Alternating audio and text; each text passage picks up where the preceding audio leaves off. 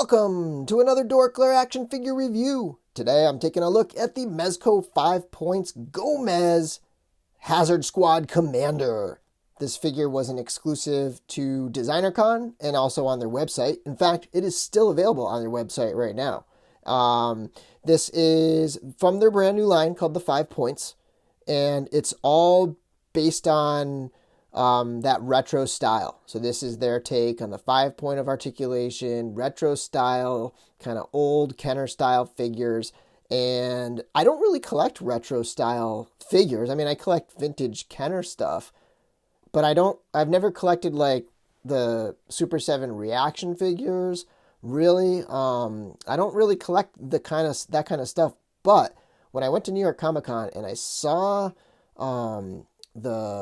what did they have on display? They had the Addams Family. They had some Superman figures, like old Fleischer Superman. They had some 66 Batman figures, a bunch of other stuff, some Hanna-Barbera stuff.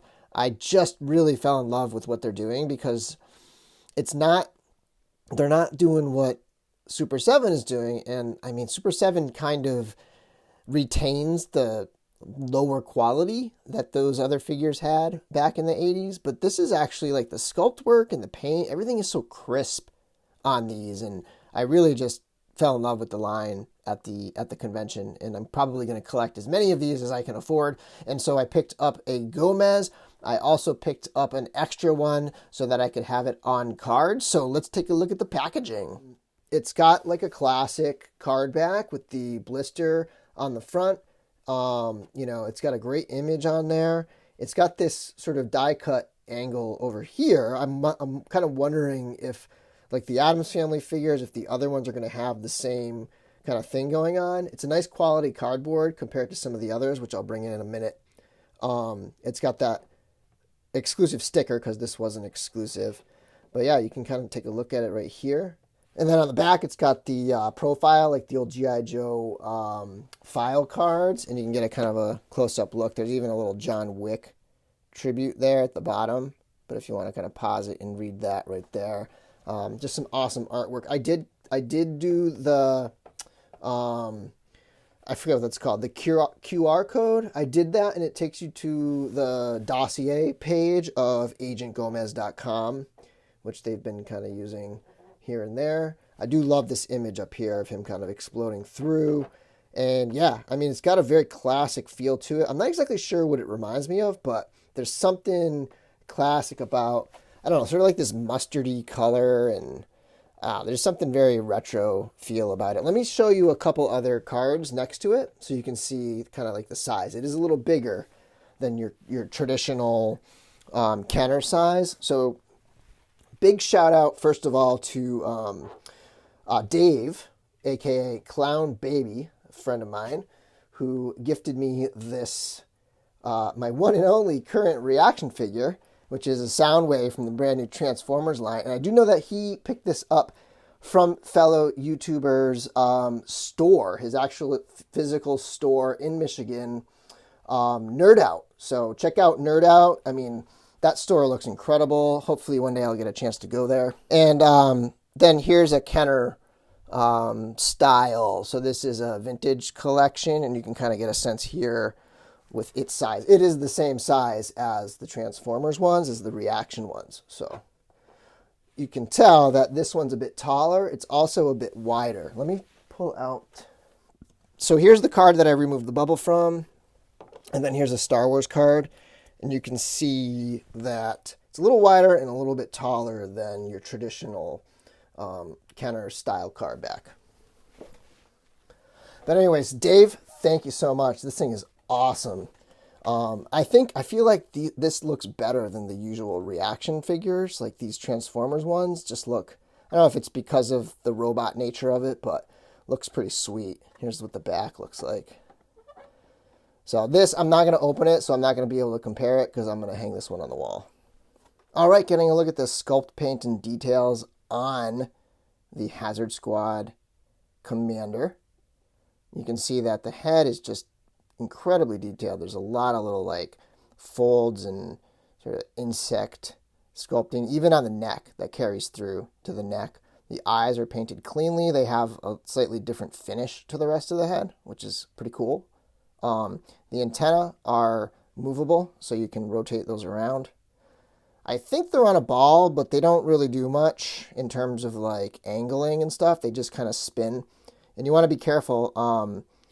I actually heated these up on a heads up from my buddy Mike Uziel, who kind of gave me the heads up that you want to heat these up because I think his were a little stuck. And, mine didn't immediately move, so I kind of just put the blow dryer on it for 10 seconds and they move just fine now.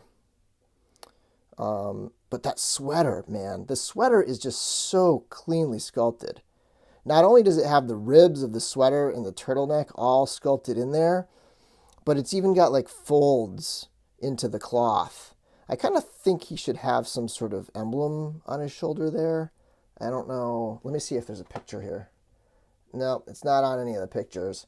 But yeah, there's definitely like a spot for a logo. Maybe they'll do a different variant and they'll do like a captain or something. But everything is so cleanly painted. It's so crisp and it just feels really nice in hand. And it's kind of meeting those high expectations that I had from seeing the other ones at the convention. Pants are nicely sculpted, but yeah, really great details. He's got peg holes in the feet. We'll get to the stand in a minute. Get a close-up of that, the gun that's sort of sculpted into the strap on his chest there. Everything's really nicely, cleanly painted.